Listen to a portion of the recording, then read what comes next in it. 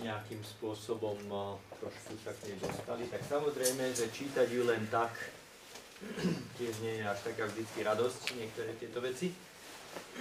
Ale dá sa tam nájsť naozaj, si myslím, že aj niečo také zaujímavé. Takže my sme si teda hovorili na začiatku tohto nášho kurzu, že by sme teda chceli prejsť knihu Exodus a potom ma tak napadlo, keď som ešte nevedel, že v slovenčine aj toto máme, ale som to videl už v taliančine, že existuje takáto kniha Život Mojžiša alebo O dokonalosti v cnosti, ktorú napísal svätý Gregor z Nysy. Je to teda jedna z takých osobností, ako vidíte, zo 4. storočia. Bol to teda taký kresťanský teológ, filozof, biskup v meste Nysa. To si povieme, kde to je. Jeden z takých veľmi významných a on pochádza, ako sa hovorí, z dobrej rodiny. Jeho babka bola svätá Makrína staršia, ale potom bola aj svätá Makrína mladšia, to bola jeho sestra. Potom bol ešte nejaký Bazil Veľký, tak to bol jeho brat. A ešte medzi tým mali ďalšieho Gregora Nazianského, takého kamaráta. A potom ešte jedného brata, ktorý je tiež svätý. Takže z rodiny sú traja svätí aspoň. Bolo ich 10 detí a asi 5 teda boli v takomto štýle. A dá sa povedať, že teda bola to rodina veľmi zaujímavá, z takého zaujímavého prostredia. A bolo by o tom, čo všeličo hovoriť, aj o tom celom storočí a tak, ale nebudeme sa s tým všetkým zdržovať. Je to teda taký čas, kedy už kresťanstvo má pomerne dobrú slobodu, ale ešte sú tam záchvevy prenasledovania. A jeho starí rodičia boli prenasledovaní. A teda bola to taká rodina silná. K tej Makríne len toľko by sme povedali, že ona bola teda taký protagonista duchovného života, ktorá zlákala aj Bazila a jeho na tú cestu takého, že ona už doma spravila kláštor. Hej? Boli taká rodina pomerne aristokratická. Ona bola schopná všetkých zapojiť, aj služobníctv, aj všetkých do toho, že žili v tej rodine už ako teda takým štýlom a potom išli do kláštora a keď otec zomrel, tak zobral aj mamu a tak ďalej. Takže bola to taká veľká sveta, tá svätá Makrína. Dobre, na tom východe. Tak poďme sa na to pozrieť, že kde to bolo. Môžeme prejsť ďalej. Takže vám možno je známe, či nie, tuto mi teda dali takýto vzácny darček, tak vidím, či to funguje. Druhú stranu, a to určite. Dobre. Krásne. Dobre, tak my chceme povedať, že títo naši priatelia ako Bazil Veľký a tento Gregor z Nysy, oni prakticky pochádzajú z tzv. Kapadócie. Kapadócia je niečo tuto v takom, by sme povedali, východnom Turecku dnešnom. A v tejto Kapadócii, potom ju tu máme tak zbližšia, sa nachádza takéto mestičko, ktoré sa volá Cezarea Kapadócka. A tam sa oni narodili, tá rodina a tak ďalej. A tu vedľa potom je mestečko Nysa. Že to vlastne bola tu viacej takých biskupstiev, každé mesto, a potom Gregor sa stal túto nakoniec biskupom. Čiže sme niekde tu, hej, v blízkosti Sýrie a tak ďalej. A už keď teda máme túto mapu, tak aby sme trošku tak si aj pripomenuli nejaké také záležitosti, že keď sme v tom Turecku, aby ste vedeli, že Turecko nie je naozaj málo kresťanská krajina, keď sa to tak zoberie, že už tam síce kresťanov nie, ale dejiny kresťanstva sú tam veľmi silné, takže čo všetko sa nám tak pripomína. Tak tuto máte napríklad tú Galáciu, keď píše Pavol Galatianom, tak tí Galatiania tuto existovali, toto bola Galácia. Hej? Takže to je taká časť, kde oni vlastne, keď sa tuto vylodili, tak potom išli do toho vnútrozemia, do Pizídie, Likaónie, hej, a tak ďalej, až do Galácie. Dobre? Tí Galatiania potom, to sú také roztratené komunity, ktoré žili tu. Hej. Potom tu máme ešte také zaujímavú vec, že Pontus, áno, za vlády Poncia Piláta, tak aby ste vedeli, že Poncius Pilát odkiaľ pochádzal, tak to pochádzal tuto, a to bolo také väčšie vtedy. Hej. Takže toto, aby ste vedeli. A potom ešte som vám tu dal také dve šípky, že keď už teda niekedy sa modlíme to carihradsko-nicejské vyznanie, tak tá Nicea je tu. Hej. A ten Carihrad je tu niekde, teda Konštantinopolis. Tu už je vlastne to, jak by som povedal. To Ale to už nepatrí Turecku, to sú nejaké... Žiaľ, to patrí Turecku. Všetko je to ešte na to hore, všetko Až Turecko. potiaľ, Aj no. ten Pontus ešte? No aj ten Pontus, samozrejme, to všetko. To potom tu už tu Arménsko a tak ďalej a tu to všelijaké ešte iné. Ale chcem povedať, že toto žiaľ, hej, lebo Gréci sa na to veľmi hnevali, oni veľmi chceli ten Konštantínopol, že tam je tá Hagia Sophia a tak ďalej, všetko to kresťanské, ale to tu, tak, to tí Angličania to vždycky zamiešajú tak v tom svete. Že... Dobre, takže jedným slovom, aby sme aspoň takto vedeli. A potom aj tuto je nejaká Chalcedónia, ešte keby kto by nejak veľmi študoval, tak vie, že bol jeden koncil aj tam. Tie koncily tam boli okolo Konštantínopola. Jeden sa volá Chalcedónsky, jeden Nicejský. A tak. Takže sme teda v takej krajine Kapadócie, títo sa aj volajú takí kapadóckí svätí, jeden z nich je teda aj tento Gregor z Nysy, ktorý bol, hovoríme, rodný brat Bazila Veľkého, ale keď Bazil Veľký má sviatok, má s druhým Gregorom Nazianským, ten Nazians je tiež niekde tuto. Tak, áno. Ten bol zase tu nedaleko odtiaľ a potom sa stal aj biskupom tu. Takže oni sú takí kapadóckí svätí a majú také veľmi významné diela, ale nebudeme o tom všetko, aby sme ako vedeli aspoň, že kde sa tak nachádzame teda. V 4. storočí teda túto žijú kresťania veľmi, by sme povedali, vzdelaní a tak ďalej. A bola to taká vysoká rodina, vzdelaná, chodili do Atén. Atény sa kde nachádzajú, tu niekde študovali, potom dole v Egypte študovali, v tejto Alexandrii. A takže mali trošku pochodený ten svet. Dobre.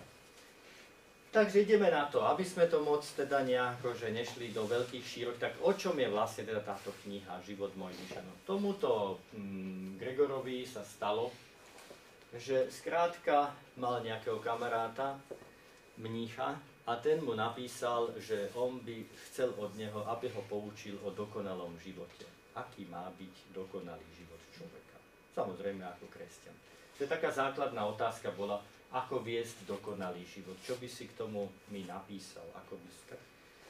Tento Gregor sa teda do toho pustil a hovoríme, že keď som si to teda tak pozrel, tak dá sa to tak rozlíšiť, aby sme pochopili takú prvú základnú vec. Tento Gregor odpovedá dvomi vecami. Poprvé hovorí, že ak niekto chce žiť dokonalý život, musí ísť cestou čnosti alebo cnosti. Už teda neviem, ako slovenčinári sa toho ujmu, že či to je cnosť alebo čnosť, ale v podstate pre mňa je to jedno, len teda na čo sme zvyknutí. A k tejto ceste čnosti sa pridáva Božie slovo, lebo sa opiera vždycky teda všetko aj o písmo sväté. A tieto dve veci sú akoby jedna odpoveď zamiešaná do seba, len si treba uvedomiť, že slovičko čnosť nie je kresťanské slovo, ale pochádza z gréckej filozofie. Gréci už dávno hovorili o tom, že človek má byť čnostný, a potom sa toho ujal aj Sokrates, aj Platón, aj všetci a vypracovali dokonca až takéto tieto 4 základné čnosti: múdrosť, odvaha, statočnosť, poznanie pravej miery alebo sebeovládanie alebo také čosi a spravodlivosť. Toto sú vlastne taký súhrn, ktorý vlastne kresťania prevzali. A že teda tie čnosti by bolo treba predstaviť, to sú akoby také základné čnosti. Hej. A aj Gregor patrí teda k tým, ktorí toto prevzali, ale aj písmo už hovorí o tom, aj tie posledné knihy Starého zákona hovoria už o čnostiach. Ale k tomu sa pridávajú potom aj božské čnosti, viera, nádej a láska, čiže tá náuka o tých čnostiach a tak ďalej. Tento Gregor z Nysy je taký človek, ktorý je vzdelaný v týchto veciach, vie, že vtedajší svet o čnostiach hovorí. A teda to je taká prvá myšlienka, ktorú vám chcem nechať, že keď my sa pozeráme na týchto starých autorov, cirkevných otcov, tak nenájdeme tam také, že len čítaj písmo a nič iné. Oni sú väčšinou rozhľadení na dve strany. Dobre poznajú tú kultúru, v ktorej žijú, poznajú, čo svet už priniesol, z toho si vedia vybrať to, čo je dobré a spájajú to s písmom sveta. Aby sme sa niekedy vyhli tomu, keď aj v našich časoch sú také tendencie, teda, že zavrime sa do písma, len písmo nás spasí a budeme čítať písmo a sa spadne. Vždycky akoby ako svätý otec Jan Pavol II hovoril, že cirkev má dve plúca, východnú a západnú, tak zase takisto napísal aj Fides et Ratio, viera a rozum, že cirkev alebo kresťan vždycky žije dvomi časťami. To, čo svet priniesol a to, čo písmo zjavuje. Tieto dve veci musia vždycky nejakým spôsobom pokopať. Takže aj toto nám bude takým vzorom, že on spája vlastne tieto dve veci. Ušetrím vás teda toho úvodu do tých čností, lebo to je dosť tam komplikované, čo tam on všetko o tom hovorí a tak ďalej. Len aby sme si uvedomili túto prvú základnú vec, že preto aj to dielo má názov Život Mojžišov, alebo dokonalosť pomocou čnosti, alebo on chce vidieť, ako človek môže rásť v čnosti a ako Mojžiš je príkladom vlastne čnostného života. Čo to vlastne pre neho znamená. No a my to využívame, že popri tom, ako on toto robí, tak samozrejme komentuje písmo sväté a dáva do toho také svoje pohľady. A aby ste si uvedomili, že písmo sväté komentovalo množstvo ľudí, to neznamená, že jeden komentár musí byť absolútny, že len tento a žiadny iný. Každý ti donesie nejaké obohatenie, nejaký pohľad, pretože aj on si zobral, že sa pozrie na ten Exodus pod zorným uhlom postavy Mojžiša, ktorú chce, ako by som povedal, spoznať, predstaviť, ukázať. A popri tom nám ukáže také rôzne zaujímavosti. Tak časť z týchto zaujímavostí si pozrieme. Nebudeme teda samozrejme celú tú knihu nejako čítať alebo čo, ale z nich som vám tak vybral niektoré záležitosti, ktoré vám možno trošku utkvejú a budete vidieť taký pohľad. Môžeme ísť ďalej. Takže, prvé, čo tak hovorí v tom úvode, čo nás tak zaujíma, hovorí, že sú ľudia, ktorí blúdia ďaleko od cnosti. A tým písmo radí a vyberá si z knihy proroka Izaiáša, 51. kapitola, 2. verš hovorí, tým písmo hovorí, pozrite sa na svojho otca Abraháma a na Sáru, ktorá vás porodila. To znamená, ak sa máte spamätať Izraeliti, ak sa ľudia majú spamätať, musia sa pozrieť na nejaké vzory. A on teda krásne, skoro až takým moderným spôsobom hovorí, že ľudská prirodzenosť je rozdelená a obidvom rovnako je daná slobodná možnosť voľby mužovi aj žene. Môžu si zvoliť medzi cnosťou a neresťou. Preto pre jednu aj druhú časť ľudstva Boží hlas predkladá zodpovedajúci vzor cnosti, aby každý hľadel na to, čo mu je podobné. Muž na Abraháma, žena na Sáru. A tak obidvaja podľa vlastného vzoru, aby mohli kráčať po priamej ceste života cnosti. Ale potom to nejak preskočí a hovorí, no ale ja sa nebudem zdržovať s týmito, tak stačí nám pohľad na jedného človeka, na jedného muža, ktorý sa preslávil svojim životom, aby nám poslúžil ako maják a ukázal, ako môžeme svoju dušu priviesť do pokojného prístavu cnosti, kde sa už nebude zmietať v búrkach života, neustále vlnobytie vášne nespôsobí stroskotanie a nepohltia ju hlbiny neresti. To znamená, že ide o to, on hovorí, že keď ľudia blúdia, potrebujú vidieť nejaké svetlo, maják, potrebujú vidieť nejaký orientačný bod, nejaký vzor. A teda on chce predstaviť tomuto, kto sa ho pýta, lebo tam v tom úvode na široko, na ďaleko aj hovorí tiež, že sa necíti na to, aby niekoho poučovalo dokonalosti, ale teda aspoň mu dá tento vzor, príklad. Všimnime si teda, o čo tu ide.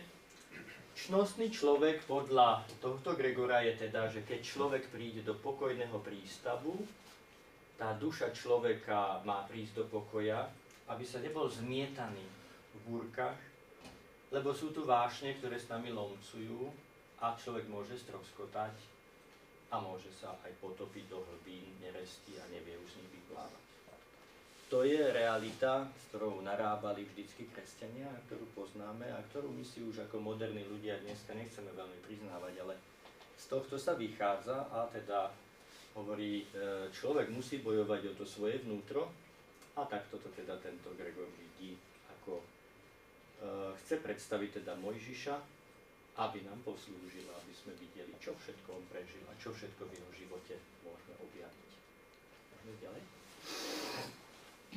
A zaujímavo tam tiež argumentuje aj s tým, že mnohí by mohli povedať, že dávaš mi tu za vzor Abraháma, dávaš mi za vzor Mojžiša a ja nie som Chaldejc, lebo Abraham pochádzal z Úru Chaldejského, dávaš mi za vzor Mojžiša, ktorého vychovala faraónova dcéra, ale ja s Egypťanmi nemám nič spoločné, hej, som od toho ďaleko. A iné príklady, ako sa mám postaviť do jedného radu s nimi, ako je možné, aby som ja si zobral príklad od tých ľudí, s ktorými ja mám tak málo spoločné. Čiže už v tom 4. storočí bolo jasné aj pre tých ľudí, alebo pre týchto inteligentnejších ľudí, že jasné je, že keď ty čítaš písmo, tak jednoducho tá vzdialenosť medzi tebou a tými ľuďmi, tak hovorí, tak treba si vybrať to, čo je podstatné. Hovorí, nech tí ľudia žili kedykoľvek, každý nech žije kdekoľvek, môže žiť v súlade s cnosťou. Nielen v Júdsku sa Boh dáva spoznať, a Sion nie je jediný Boží príbytok. Že vidíte, tu je taký ten univerzalizmus kresťanský. To znamená, že zase to nie je taká obmedzenosť, že my, ale celý svet môže, že tá cnosť ti vlastne slúži na to, že to je prepojenie aj pre tých menej veriacich, alebo pre tých, ktorí ešte len prichádzajú do viery, ale že zároveň ti to dáva takú univerzálnosť všetkého. A hovorí, že my potrebujeme podrobnejšie rozlišovanie, vojdeme do toho a budeme rozoznávať, že čo aj tam u tých Chaldejcov bolo, čo bolo u Egypťanov, čomu sa máme vyhýbať a čomu nie. A potom tu dáva teda ten svoj program, ktorý som vám už kedysi trošku spomenul. Vezmime si teda pre naše rozprávanie ako vzor život Mojžiša. Najprv rýchlo preberieme jeho život. To sme už spravili, za 5 stretnutí sme to rýchlo prešli, celý ten exodus. Tak, ako sme sa s ním zoznámili vo Svetom písme. Potom budeme skúmať, čo tento život prináša ako návod pre cnosť. A vďaka tomu spoznáme dokonalý život v rámci ľudských možností. A toto sa mi tiež veľmi páči. V rámci ľudských možností. To znamená, že toto je realita, ktorú ponúka človek vo 4. storočí a hovorí, je tu možná cesta? Je tu možná cesta premeniť svoje vnútro? Ukážem vám vzor Mojžiša, budeme nad tým meditovať, budeme sa tým inšpirovať, budeme o tom hovoriť, ale z tohto hľadiska cnosti, z hľadiska toho, ako sa človek môže premeniť, akým spôsobom môže niečo zmeniť a tak perspektíva toho výkladu písma je táto. No a ideme teda na také poznámky a komentáre, aby sme teda, že to, čo mňa tak zaujalo z toho komentáru, niektoré veci sú dosť podrobné, potom niektoré budeme menej, ale také, čo vám môže utkvieť v hlave a čo by ste tak pochopili, máte tu 3 farby. Hej? Tá prvá farba, to je to, čo máme v písme. Hej? Potom ten Gregor robí 2 časti. Tou zelenou to je to, čo keď to rýchle prebehne, že vlastne on dáva, prvá kniha je o tom, že prejde ten životopis Mojžiša, teda veľa vecí z Exodu, ale potom prejde do Deuteronomia. Ale teda akože to, čo on povie, ako by som povedal, taká prvá poznámka k tomu. A potom druhá kniha zase sa k tomu istému vráti, ale už to prehlbí o niečo. Hej? Takže on sa takú prvú vec, ktorú si môžeme spomenúť, že my čítame v písme, že egyptský kráľ rozkázal zabíjať chlapcov. A potom ešte aj rozkázal, že hoďte do Nílu chlapcov a každé dievča nechajte žiť. Teda tento dvojitý rozkaz. Najprv to chcel cez tie babice a potom vlastne to prikázal svojmu ľudu. Čiže bol to taká snaha zabiť chlapcov, teda áno, a nechať žiť dievčatá. Tak Gregor sa hneď tak zaujíma, hovorí, tak my vieme, že kto sa ako narodí, to nie je v našej moci. Či som sa narodil ako muž, alebo ako žena. A to je logické.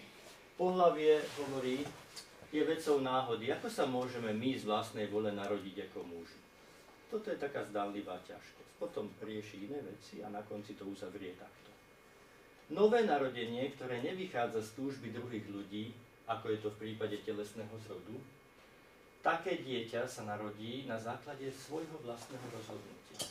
Istým spôsobom sme sami sebe rodičom. Privádzame na svet samých seba, akí chceme byť. Či muži, či ženy, či čnosť, či nerest. Neurážajte sa, prosím, lebo Gregor je jeden z takých, ktorý uznáva ženy oveľa viac ako kdokoľvek iný v jeho dobe. Ale tuto používa jeden obraz, ktorý si hneď pripomenieme. Ďalej. On takto komentuje a sú o tom veľké diskusie, že či to teda bolo také mizogónne, že proti ženám, ale niektorí v tom vidia naozaj takú väčšiu hĺbku. hovorí, že tento príkaz zabiť, a on hovorí, že ženská časť novorodencov, ktorú tyran rád necháva nažive, je obrazom, a toto je treba si ako, hej, on to berie ako obraz, je obrazom pozemského zmýšľania podliehajúceho vášňam, ku ktorým má ľudská prirodzenosť sklon. A tak padá. Na druhej strane prísnosť a námaha, ktoré sú vlastnosťami cnosti, sú predstavované dieťaťom mužského pohlavia, ktoré tyran pokladá za nepriateľa a ktoré podozrieva, že zvrhne jeho vládu. To znamená, že on používa tento obraz medzi mužom a ženou, že čnosť bola vždycky mužského rodu a toto neznamená, že by teda odsudzoval ženy, lebo on napríklad napísal o tej svojej sestre Makríne a jej veľa ďakoval a tak ďalej. A sa hovorí o ňom, že bol aj ženatý tento človek. Hej. Čiže to znamená, že nebol to nejaký človek, ktorý by podceňoval tú druhú stránku, ale tento obraz používa a medituje teda nad tým, že toto rozdelenie, že v človekovi je niečo mužské a niečo ženské. Niečo, čo má náznak sily, poriadku a tak ďalej, a niečo, čo má náznak slabosti, premenlivosti, nestálosti a tak ďalej. Tieto dva obrazy, každý, kto chce v niečom pokročiť, musí si vyvoliť medzi dobrom a zlom. Hej? A tieto protiklady teda istým spôsobom dáva akože do cesty a teda medituje nad tým takýmto spôsobom. Ďalej. Potom sa dotýka takého veršíku Exodus 2.2, papírusový košík, že vložili ho do košíka. Lenže svätý Gregor už je žiakom alebo vzdialeným žiakom Origena, ktorý si zobral 7 prekladov písma svätého, napísal tzv. Hexaplu, 6 teda, a porovnával aj staré grécke, teda hebrejské písma s tými gréckymi a tak ďalej. A z tých prekladov sa Origenes dozvedel, že v tom gréckom texte ten košík sa nazýva archa. A veľmi to pripomína vlastne archus Genesis. Preto aj on hovorí vo svojom komentári, keď popisuje, že položili ho do akejsi archy, ktorej špáry vymazali asfaltom. Archu riadila božská moc, nechala ju voľne unášať vodným prúdom a tak ju priviedla na priečinu. Toto je vlastne z tej prvej časti, kedy ešte len opisuje. Hej. A potom v tej druhej časti, keď sa k tomu vracia, tak znovu hovorí. Že je zaujímavé, že tí, čo počúvali tyranovo nariadenie o deťoch, ich vydávali riečnemu prúdu nahé a ničím nezabezpečené, hodili ich tam. Pod týmto prúdom rozumieme život, v ktorom ľuďmi zmietajú protichodné vášne. Tí, čo sa dostanú do ich moci, sú stiahnutí potom do hlbín a utopia sa. Rozum a odvaha, múdri a predvídaví rodičia, keď ich životná nevyhnutnosť prinútila vydať ich dobré dieťa do vln života, ho bezpečne uložili do archy, aby ho rieka nepohltila. A potom pokračuje. Archa symbolizuje výchovu, ktorá pozostáva z mnohých náuk. Ona drží nad hladinou vln života toho, kto sa ňou nechá niesť. Prvý taký obraz veľký, že v tom košíku, ktorý my tak čítame, Gregor vidí vlastne obraz archy, ale aj obraz výchovy. A teraz môžete meditovať a rozmýšľať, že ako je to vlastne, že tí rodičia, aj nám by to mohlo byť dosť blízke, že ty vlastne to dieťa dávaš do toho života a tak ďalej a do niečoho vkladáš, nejakú výchovu dávaš alebo čosi. Čiže vidíte, že toto je napríklad taký pohľad, ktorý zase teda môžeme čítať v týchto komentároch. Ten rozum a odvaha niekedy prenikne do toho, že Gregor až hovorí o tom, že rodičia sú vlastne čnosti. Hej? Mojžiš bol aký? Krásny. Krása je ovocie čnosti. Keď je niečo rozumné, niečo dobré, je aj pekné. Čiže aby sme ako tak videli, že celé je to taká určitá hra s tými pojmami a čnosťami, a teda, ale aj taká meditácia nad tým, čo nám to písmo vlastne hovorí a akým spôsobom ja môžem naozaj začať rozmýšľať nad tým, že ako je to vlastne v mojom živote, čo to znamená vstúpiť do života, v ktorom budú nebezpečenstva a čo ja vybudujem, hej, lebo on hovorí, že tá archa sa stavia z rôznych dosiek a to sú všetky disciplíny vedecké, ktoré musíš akoby trošku tak absolvovať. Čiže toto je taký prvý bod. Môžeme ďalej? Keď ho otvorila, tá princezná, dcéra faraónova, uvidela dieťa, bol to plačúci chlapec. A Gregor to komentuje v tej prvej časti, hovorí, keď dieťa v schránke zaplakalo, princezna ho našla. Že plač dieťaťa, tuto vyzerá byť dôležité. Dieťa zaplakalo, tak ho potom našla. Keď komentuje v tom ďalšom svojom už prehlbenom komentári, tak hovorí, aj keď ním budú zmietať prudké nárazy vln, jej prítomnosť nedovolí, aby ho burlivé vody odniesli ďaleko. To znamená prítomnosť tej archy. Ale dostane sa na pevný breh, čiže unikne búrkam života, tak, že ho vodný prúd sám prinesie na súš. To nás pravda učí aj životná skúsenosť.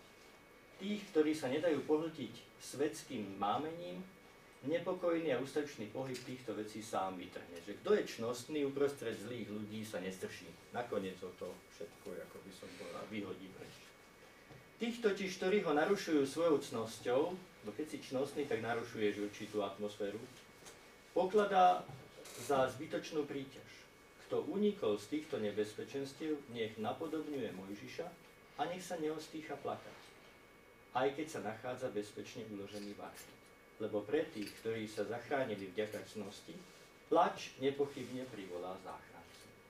To je zase taká meditácia, že z takých vecí, čo my tam proste iba tak prečítame, tak stále je tam teda ten určitý obraz, za ktorým ten Gregor medituje a kde hovorí, že vlastne čnostní ľudia určite musia nakoniec výjsť z toho víru vecí, ak majú dobrú archu, ktorá ich ochraňuje, ak majú dobrú výchovu, tak prekonajú tieto veci, dostanú sa na breh, potom potrebujú plakať, aby sa im dostala záchrana.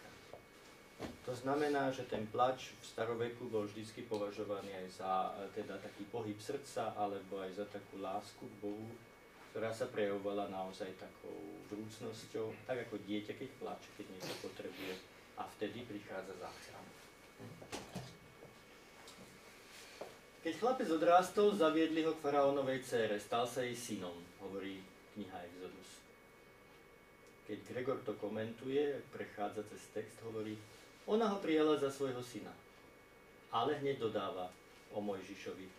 Mal prirodzený odpor k mlieku od ženy z cudzieho národa, ale vďaka dôvtipu jeho pokrvných príbuzných mohla ho krmiť jeho vlastná matka vo svojom náručí. Potom Gregor prichádza a komentuje takto v tej druhej časti. Hej. Spomenutá tá kráľovná, bezdetná a neplodná žena, potom si vysvetlíme, kráľová dcéra, ktorá, ako sa nazdávam, predstavuje predovšetkým vonkajšiu filozofiu, aj to si povieme, čo to znamená, prijala tohto chlapca za svojho a zastávala úlohu jeho matky. Bola mu matkou, kým bol nedospelý. Keď sa však v dospelosti uvedomil, bude pokladať za hanbu volať sa synom tej, ktorá bola neplodná.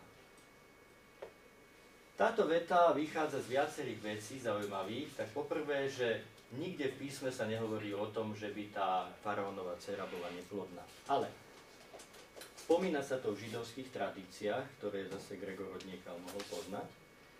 A tá neplodnosť sa vysvetľuje vlastne v tom druhom, lebo ona predstavuje predovšetkým vonkajšiu filozofiu. Čo to znamená? Pod vonkajšou filozofiou kresťania nazývali pohanskú múdrosť. To znamená, že to všetko, čo ťa pohania môžu naučiť, grécka filozofia, čo ťa môže naučiť, to je vonkajšie. Môžu ti hovoriť o mnohých veciach, o svete, Aristoteles, Platón, všetko možné. Dajú ti veľmi veľa vecí, ale to je všetko vonkajšie. To ešte nie je to, čo je vnútro. A to, čo je vonkajšie, nemôže v tebe zrodiť nového človeka. Preto tá princezná musí byť neplodná. Pretože ona nemôže zrodiť nového človeka. A keď sa Mojžiš upovedomí, naučí sa všetky tieto veci, znovu ocení, odkiaľ sa narodil, tak túto matku, ktorá ho doteraz vychovávala, odoženie preč. Pretože už povie, už nepotrebujem tieto barličky, alebo už nepotrebujem byť živený len tým, že budem len filozofiu počúvať, pretože mám niečo viac. Ja som sa narodil niekde inde. Mňa nezrodila filozofia, mňa zrodil niečo iné. A tu je ešte taká zaujímavá vec, že keď Gregor teda hovorí, že je to hanba volať sa synom tej, ktorá bola neplodná, že akoby Mojžiš odvrhne túto svoju matku, ktorá ho dovtedy vychovávala ako náhradná matka. Tak zase jeho veľký učiteľ Origenes úplne opačne hovorí o tejto stati a vyzdvihuje tú faraónovú dceru a hovorí o nej, že ona je vlastne cirkev, ktorá pochádza z pohanských národov. Teda na také upozornenie, aby ste si uvedomili, že aj cirkevní otcovia rôzne state vysvetľujú rôzne, závisí v akom kontexte. Čo im to pripomína. Majú takúto hru tých symbolov a teda meditujú nad tým a niekedy z jednej strany sa to osvetľuje tak, z druhej strany sa to osvetľuje tak. Tu nejde o to, ako to presne bolo, ale ide o to, čo to môže hovoriť nám a čo to môže hovoriť v tom kontexte a potom si to ešte ku koncu vysvetlíme, že na čom to všetko spočíva. Potom sa Gregor vlastne stále zaoberá touto adoptívnou matkou a pravou matkou, lebo Mojžiš mal dve matky, jedna, ktorá ho porodila a jedna, ktorá ho vychovala. Hovorí v tom komentári, keď komentuje ešte jeho život, hovorí neskôr, ako princ vzdelaný vo svetskej múdrosti, nevybral si to, čo pohania pokladajú za slávne. A za svoju matku prestal považovať tú, ktorá ho síce prijala za syna, no neporodila ho. Vrátil sa k matke, k svojim súkmeňovcom. A potom ešte postavil sa na stranu spolurodáka, zabil cudzinca, to ešte budeme potom vidieť. Čiže tu je taký návrat, hej, že on bol akoby porodený niekým, potom sa musíš vzdelať aj v tej svetskej filozofii, ale potom sa máš vrátiť zase k matke. Čiže taký nejaký kolobeh, ktorý je veľmi typický aj pre toho Gregora, pretože oni sa narodili ako kresťania, študovali veľa tú pohanskú filozofiu a potom sa museli vrátiť zase k svojej viere. Že aby sme chápali, že čo oni teda v tom všetkom mohli vidieť. A tu vysvetľuje vlastne tú svoju myšlienku o tej neplodnosti. Hej. Vonkajšie vzdelanie je totiž naozaj neplodné. A hoci je neustále v bolestiach, predsa nikdy neporodí žiadne dieťa. Vari priniesla filozofia nejaký plod svojho nesmierneho snaženia, ktorý by bol hodný takej veľkej a takej dlhej námahy? Či nie sú všetky jej výsledky len daromné, neúplné, sformované zárodky, pretože prišli na svetlo sveta ešte pred spoznaním Boha a preto nie sú životaschopné? Čiže tak ako by hovorí, že všetko ty sa môže naučiť o svete, so svetom, filozofia ťa môže všeličo naučiť, ale to nezrodí v tebe nového človeka. Nový človek sa rodí niekde inde. Ale ako by sme povedali, v tom živote Mojžiša je táto etapa. A teda kresťan integruje túto skutočnosť, hej, k sebe. Hovorí, že oni sa môžu stať ľuďmi, ale nemôžu zostať naďalej schovaní v náruči neplodnej múdrosti. Lebo tam vidia mnohých tých filozofov, ktorí tak sa zamotajú do tej svojej filozofie, že nikdy z nej nevídu, ale nie sú schopní byť novými ľuďmi, ale iba pochybovačnými, takými, onakými a tak ďalej. Kto teda prežil v spoločnosti egyptskej princeznej taký dlhý čas, že ho možno pokladať za znalého ich dobrých náuk, nech sa vráti k tej, ktorá je jeho ozajstnou matkou. Veď on od nej nebol celkom odlúčený ani počas svojej výchovy u princeznej, lebo sa živil jej materinským mliekom. Myslím, že tým nás chce naučiť to, aby sme sa v dobe nášho vzdelávania, keď sa stýkame s vonkajšou múdrosťou, nevzdávali mlieka cirkvi, ktoré nás vyživujú. Príkazy a ustanovenia cirkvi sú tým, z čoho žije a silnie naša duša a z čoho získava silu na výstup do väčšej výšky. Tu je skutočne niečo, čo je znova opäť aktuálne pre nás, lebo my si musíme uvedomiť, že naše deti, naša generácia bude žiť vo svete, ktorý nie je kresťanský a presne sa musí učiť veci, ktoré sú v tomto svete a zároveň si udržať aj vieru v cirkev, alebo teda spojenie s Bohom. Hej.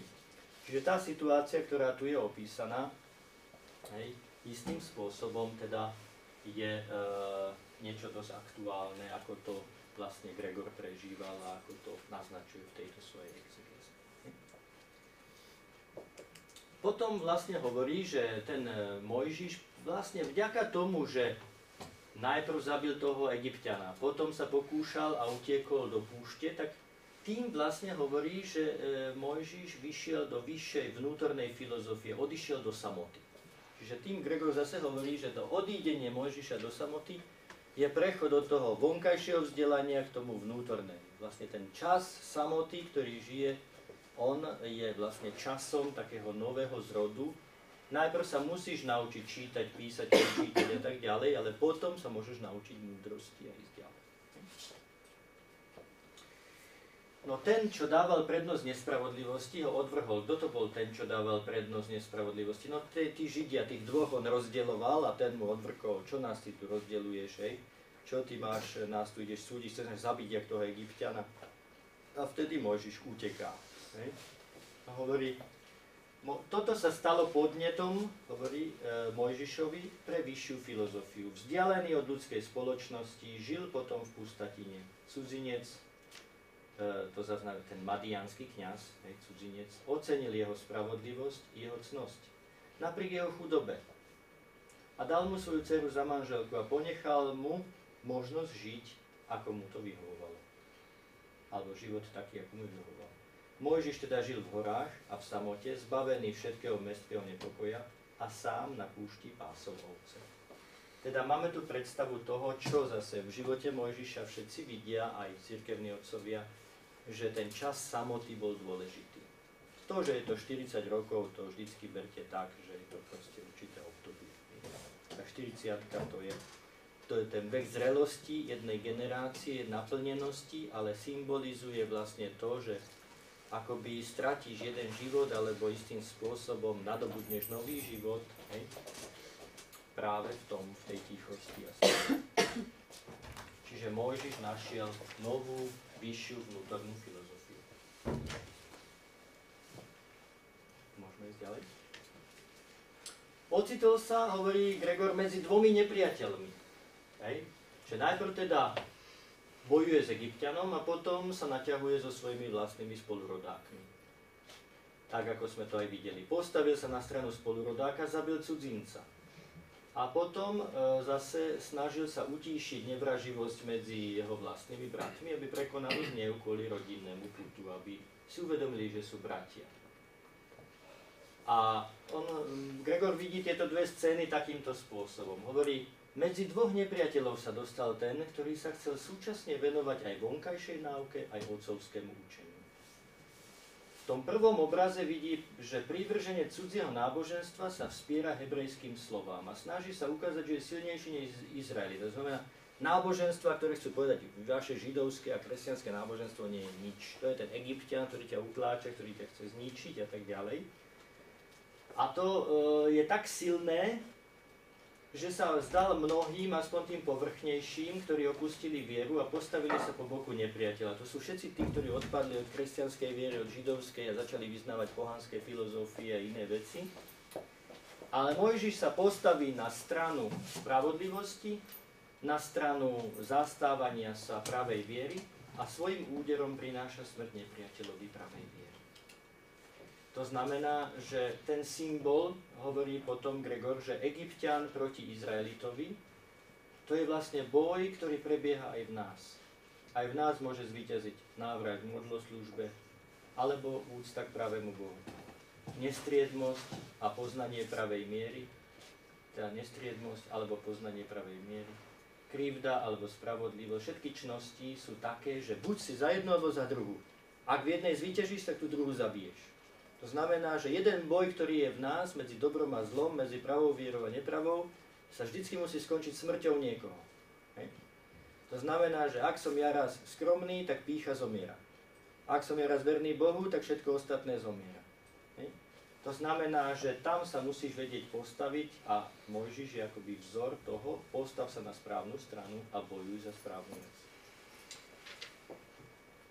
Lenže potom je aj boj Izraelitu proti Izraelitovi, do ktorého sa Mojžiš zamieša. A tu Gregor hovorí, to sa podobá na mnohé heréziu proti kresťanov. A tam si nepomôžeš. Jediná vec, ako uniknúť herezam, je ujsť k väčšej a vyššej náuke tajomstiev viery. Lebo niekedy sa nevyhádaš, niekedy nepresvedčíš. Jedine modlitbou, meditáciou, vyšším poznaním viery môžeš prekonať akúkoľvek herezu. Čiže vidíte, že to sú také meditácie, ktoré Gregor vlastne na základe toho písma teda robí alebo predkladá a tak ďalej a predstavuje stále tú Mojžiša ako niekoho, kto teda tie čnosti žije, praktizuje. Môžeme ďalej?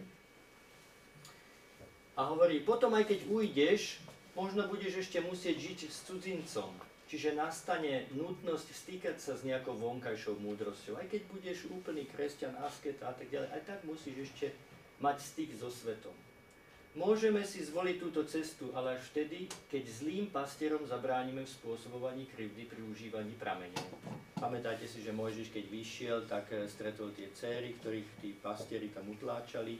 A že ty musíš vlastne tých pastierov odtiaľ vyhnať.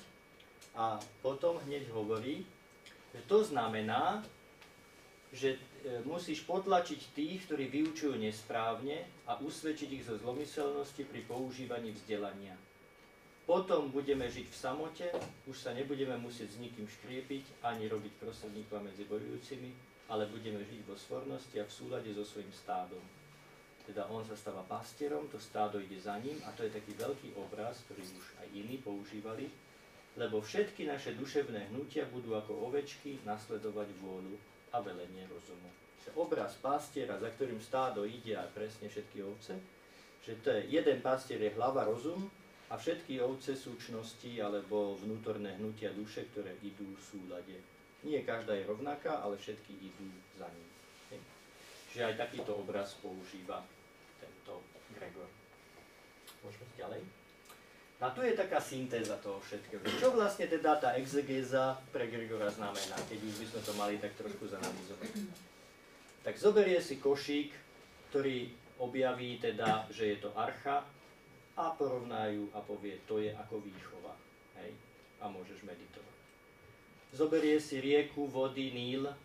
Hej?